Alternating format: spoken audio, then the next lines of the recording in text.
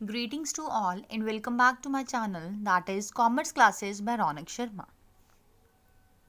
Today we are going to discuss second part of financial forecasting, under which we will cover scope or types of financial forecasting. Let's begin. देखो generally जो scope है आपका financial forecasting का बहुत ही ज़्यादा wide है, right? लेकिन हम क्या कहते हैं कि मैनेजमेंट अगर देखा जाए ना तो हर एक एस्पेक्ट के लिए वो फोरकास्टिंग कर सकती है, राइट? देखो scope of financial forecasting is very wide. Management can prepare forecast for each of the major areas of its business activities. ठीक है, मैनेजमेंट चाहे तो वो हर एक एरिया के लिए जो भी उनके मेजर एरियाज हैं बिजनेस के, हर बिजनेस एक्टिविटी के, उनके लिए वो फोरकास्ट प्रिपेयर कर सकती है, right? However the following 3 kinds of forecast would be absolutely necessary for every business enterprise. लेकिन कुछ आपके बेसिक हमने देखे हैं कि कौन कौन से फोरकास्ट ऐसे हैं जो एक मैंडेटरी हैं. अगर आप अपना बिजनेस चला रहे हैं तो आपके लिए वो 3 तरह की कुछ फोरकास्टिंग्स हैं जो आपको करनी कंपल्सरी है, राइट? देखो फर्स्ट क्या है आपके पास, जनरल बिजनेस फोरकास्ट. इसमें आप किसी पर्टिकुलर चीज को टारगेट नहीं करते हो, आप एक नॉर्मली आप फोरकास्टिंग कर रहे हो. अब चाहे वो आपकी सेल्स की है, चाहे वो आपकी प्रॉफिट मार्जिन की है, कैपिटल रिक्वायरमेंट की है, एनी काइंड ऑफ फोरकास्ट. ठीक है, जनरली आप फोरकास्टिंग कर रहे हैं अपना स्मूथ कंडक्टिंग करने के लिए, राइट? सेकंड में क्या होता है, सेल्स फोरकास्ट. अब नेम्स देखो, फोरकास्टिंग का हम प्रीवियस लेक्चर में मीनिंग क्लियर कर चुके हैं. अगर उसके साथ एक वर्ड एसोसिएट है कि सेल्स फोरकास्ट, तो उसका क्या मीनिंग है कि आप फ्यूचर में होने वाली सेल्स को प्रिडिक्ट कर रहे हो, राइट? तो फ्यूचर में अगर आप सेल्स होने के लिए प्रिडिक्शन लगा देते हैं तो उसके बेसिस पे आप बहुत सारे डिसीजंस ले सकते हैं. लाइक कितनी आपको प्रोडक्शन करनी है, राइट? आपको कितने रॉ मटेरियल्स की रिक्वायरमेंट है, आपको फंड्स कितने रिक्वायर्ड हैं कि ताकि आप उस पर्टिकुलर सेल्स को, उस पर्टिकुलर डिमांड को फुलफिल करने के लिए अवेलेबल स्टॉक मेंटेन कर सके, मतलब रिक्वायर्ड जो स्टॉक है वो आप मेंटेन कर पाओ. ठीक है, तो सेल्स फॉरकास्ट करेंगे आप, जिसके बेसिस पे बाकी सारे डिसीजंस भी डिपेंड करते हैं.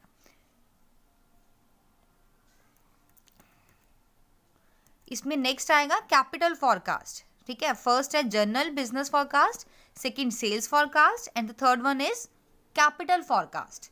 कैपिटल फॉरकास्ट में क्या होता है, देखो कि आप क्या करोगे कि आपकी कितने कैपिटल की रिक्वायरमेंट है, आप उसकी एस्टिमेशंस लगा रहे हैं, प्रेडिक्शंस लगा रहे हैं.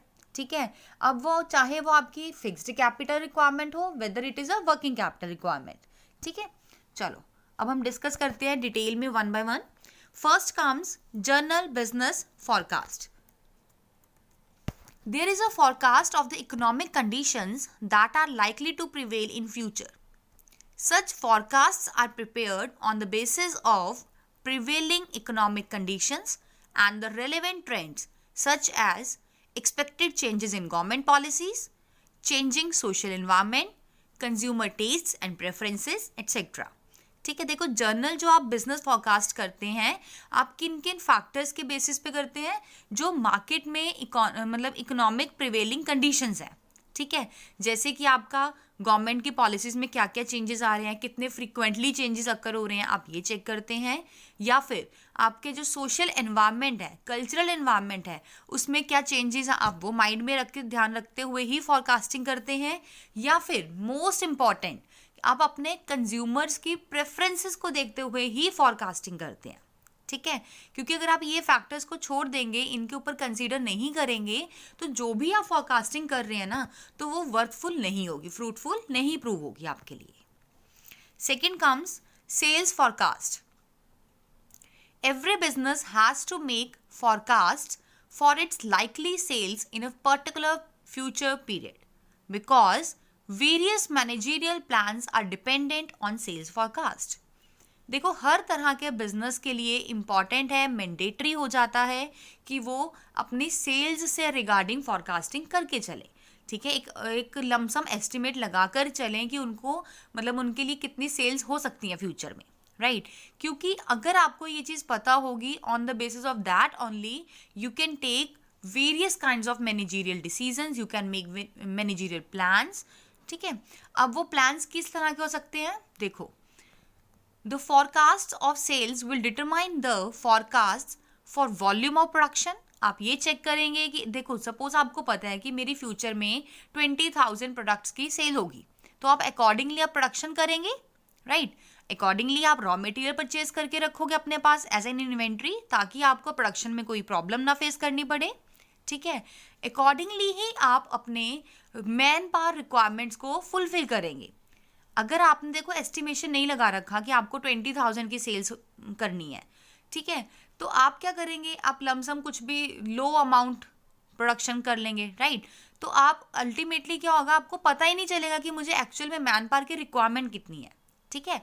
आपने देखो इसमें एग्जांपल सबसे बेस्ट है कि आपने विदाउट प्लानिंग प्रोडक्शन स्टार्ट कर दी, ठीक है, लेकिन कुछ टाइम बाद सडनली डिमांड एकदम से बढ़ गई है. आपने तो सपोज हमने कहा कि मुझे 500 या फिर 1000 प्रोडक्ट्स ही बनाने हैं, आपने अकॉर्डिंगली अपनी मैन पावर रखी हुई है, ठीक है, आपने लेबर अकॉर्डिंगली अपनी हायर की थी, लेकिन सडनली जो आपकी डिमांड है प्रोडक्ट्स की वो एकदम से राइज हो गई हैं. तो अब आपको 500 या फिर 1000 प्रोडक्ट्स ना बना के आपको सपोज हम बोलते हैं 50-60,000 प्रोडक्ट्स बनाने हैं. तो अब तो एकदम से आपको मैन पावर की रिक्वायरमेंट बढ़ गई ना आपके लिए. तो अब आपको क्या करना पड़ेगा, या तो आपको अपनी डिमांड आप फुलफिल नहीं कर पाएंगे, ठीक है, आप अपनी सेल्स मीट नहीं कर सकते हैं, या फिर आप हायर तो कर लेंगे मैन पावर को, लेकिन आप उन्हें बहुत ह्यूज अमाउंट पे करेंगे. ठीक है. तो इसीलिए कहा गया है कि आपने अपनी सारी फॉरकास्टिंग जो भी सेल्स है रिगार्डिंग फॉरकास्टिंग है आपने करनी है. रीज़न क्या है इसके बिहाइंड, क्योंकि और भी बहुत सारे ऐसे डिसीजंस होते हैं जो सेल्स फॉरकास्ट के बेसिस पे हम मैनेज कर सकते हैं. ठीक है. इन्वेस्टमेंट अगर आपने मशीनरी में कितनी करनी है, या फिर आपने फिक्स्ड एसेट्स में कितना इन्वेस्ट करना है, या आपकी फाइनेंशियल रिक्वायरमेंट्स भी हो सकती हैं. ठीक है ना. देखो आपको पता है कि मुझे इतने प्रोडक्ट्स बनाने हैं, तो अकॉर्डिंगली आपको फंड्स भी तो चाहिए होंगे ना. रॉ मटेरियल परचेज करेंगे आप, अपनी वेजेस प्रोवाइड करेंगे अपने लेबर के लिए, आप देखोगे कि मुझे मशीन्स की कितनी रिक्वायरमेंट है, तो ये सब करने के लिए आपको फंड्स की रिक्वायरमेंट भी है. ठीक है. That's why we can say that financial requirements. Hence, sales forecast influences various other forecasts. Simple. And the last one is capital forecast. This forecast is related to capital requirements of the firm. Every business has to make an estimate of its fixed and working capital requirements. देखो, ये जो forecast है आपकी capital forecast किससे related है? Capital requirement से, कि आपकी बिजनेस में आपको आपके फर्म में कितनी आपकी कैपिटल की रिक्वायरमेंट है. ठीक है. अब वो चाहे आपका फिक्स्ड कैपिटल है, चाहे वो आपका वर्किंग कैपिटल है, आपने दोनों का एक एस्टिमेशन लगा के रख लेना है कि मुझे इन नियर फ्यूचर कितनी फिक्स्ड कैपिटल चाहिए, कितनी वर्किंग कैपिटल चाहिए. ठीक है. The firm has to estimate the amount needed for purchase of fixed assets and for meeting day to day expenses. In an existing business, अगर आपका business existing है, मतलब आपने न्यू इस्टेब्लिश नहीं किया, आपका पहले से सेटअप चल रहा है, ठीक है, तो फॉरकास्ट विल बी रिक्वायर्ड.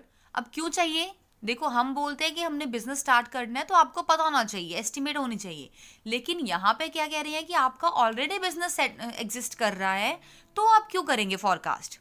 क्यों करेंगे, ताकि अगर आपके प्लान है कि आप एक्सपैंड करना चाहते हैं या फिर आप डाइवर्सिफाई करना चाहते हैं अपने बिजनेस को, तो आपको कितने फंड्स की रिक्वायरमेंट है, कितनी कैपिटल रिक्वायर्ड है आपको. ठीक है. तभी तो आप एक्सपेंशन करेंगे ना, जब आपको पता होगा कि मुझे इतने फंड्स चाहिए, तो आप देखोगे क्या मेरे पास हैं वो फंड्स, या अगर नहीं है तो आप क्या उन्हें अरेंज कर सकते हैं.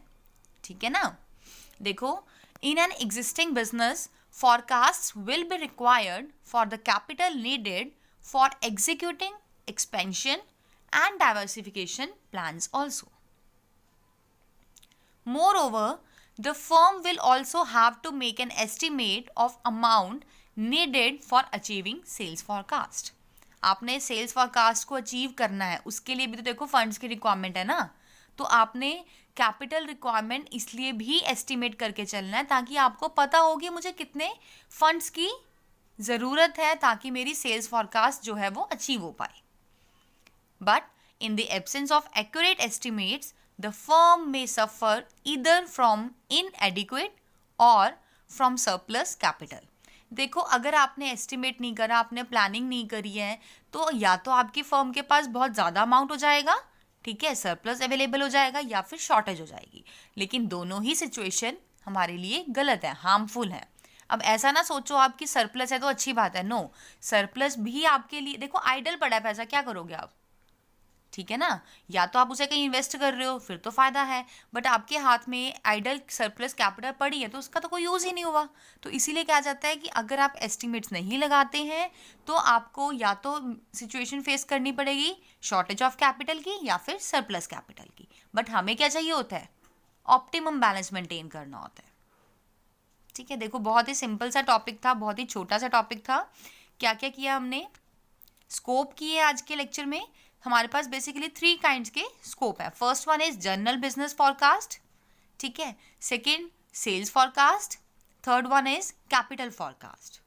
देखो, टाइप्स का तो मीनिंग सबको क्लियर है कि टाइप होते क्या है। स्कोप का क्या मतलब होता है कि हम जैसे कर रहे हैं ना स्कोप ऑफ फाइनेंशियल फॉरकास्ट, तो हम फॉरकास्टिंग का मतलब डोमेन क्या है, एरिया क्या है, आप कितने दायरे में रह के आप फाइनेंशियल फॉरकास्टिंग कर सकते हैं या फॉरकास्ट कर सकते हैं, ठीक है। I hope you like this video. Thanks and have a wonderful day.